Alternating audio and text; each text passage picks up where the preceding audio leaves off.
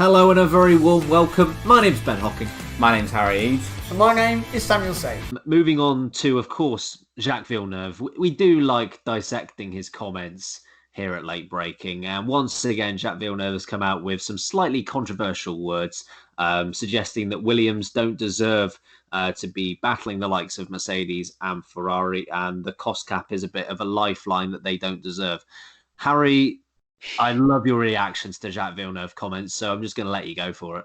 Oh, God. I mean, it's annoying because it's just getting what he wants, isn't it? Us talking about it effectively, because he's saying it because he wants a reaction, but it's not even controversial. It's just downright disrespectful. So the team that gave him his world championship gifted it. He was in the best bloody car they had, and he's saying they don't deserve to fight with the likes of Mercedes and Ferrari. It's stupid. Why do we want to put down? I know they were once a great team, and I'm not suggesting that where they are now is not anything to do with them. It's not their fault. They've made mistakes along the way. That is clear. But as a privateer team, of which there aren't many left,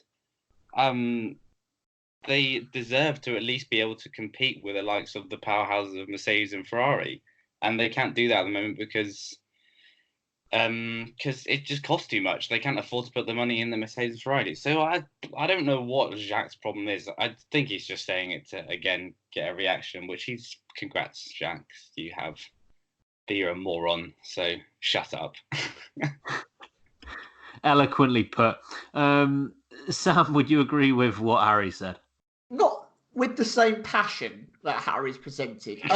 I'm going to come in from a different angle. I'm not actually as annoyed at the brilliant Jacques Villeneuve.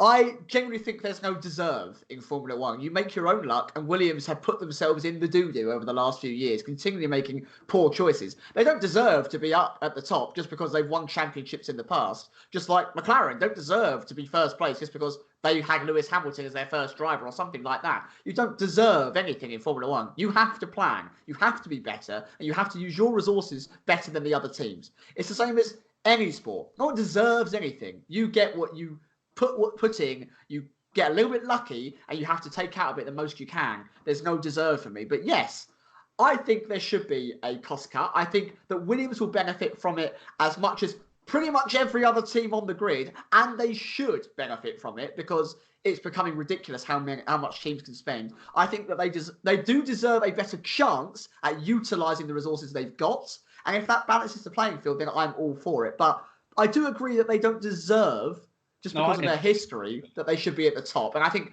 that's kind of what he said, and that's where I agree with him. But if they can utilise this cost cap, if they can make the most of the limited resources, unlike the other teams, then good for them. That's what you should be doing in sport. I don't think they're going to particularly that well. I think the likes of McLaren, I think Racing Point now, who have always done brilliantly on low-cost budgets, are going to excel more than they do. But I wouldn't be surprised if we see them maybe jump above Toro Rosso again, Alfa Romeo. You know, those kind of cars that maybe are a little bit up in the air. Haas definitely could fall backwards as well because they haven't got the expertise that Williams have got in the garage. I think this is good for Williams, but I don't think they deserve to be up the front. But yeah, I do think it's beneficiary for them. I still don't think it's a handout because I think it's bloody good for the sport overall. I'm not 100% sure Jacques Villeneuve understands how a cost cap works. So it's not as if Mercedes and Ferrari are instantly going to be last and second last, just as it's not going to be a case of Williams immediately surging into first place. That's not going to happen. A cost cap does not benefit small teams. A cost cap benefits efficient teams. This isn't about smaller teams getting up to first and bigger teams going down to last. It's about utilising the money that you have at your disposal and basically improving your pound per point, or however you want to phrase it. At the moment, Williams are terrible, and they are spending the same amount as midfield teams. So come 2021, if they are still in this same position, they're still going to be last. They're still going to be awful. The fact that there's a cost cap going to be introduced, which will scale back the likes of Mercedes and Ferrari, isn't going to therefore improve the performance of Williams. Williams' return on investment, or however you want to phrase it, is dreadful. So it doesn't hand them a lifeline. It just gives them a better ground in which to fight in the championship if they can work out how to make their money work a bit more effectively. At the moment, they're terrible at it. They need to work out how to do that in the next couple of years. And they don't, you're right, Sam, in what you're saying. They don't necessarily deserve to be at the top because they were there once. Absolutely not. I hate that argument. You should not be at the top because you were once there. Everything is earned in the moment. But the cost cap is all about making other factors relevant other than just an arms race in which you can outspend your opponents like Mercedes and Ferrari have done for so many years. It's about bringing to speed the likes of driver ability. It's about making factors such as clever engineering, innovative engineering. It's about making them more relevant and making just overall cost and overall spend such an overriding fixture on who does well and who doesn't in Formula One. So, yeah, and also Jacques Villeneuve seems to be having a go at Williams because they take home a profit every year.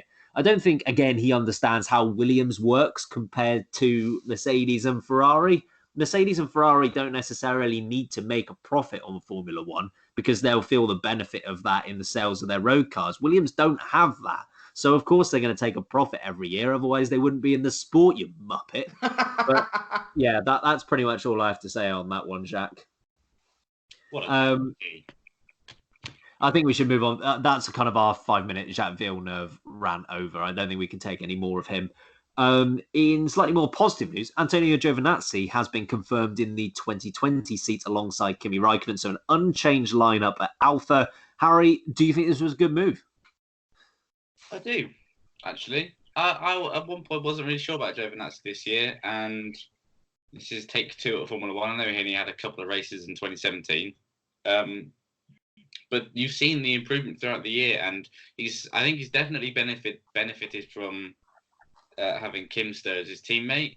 He might be mute, but I think Kimi must impart some wise, sage words, not Sam sage words, but like useful words.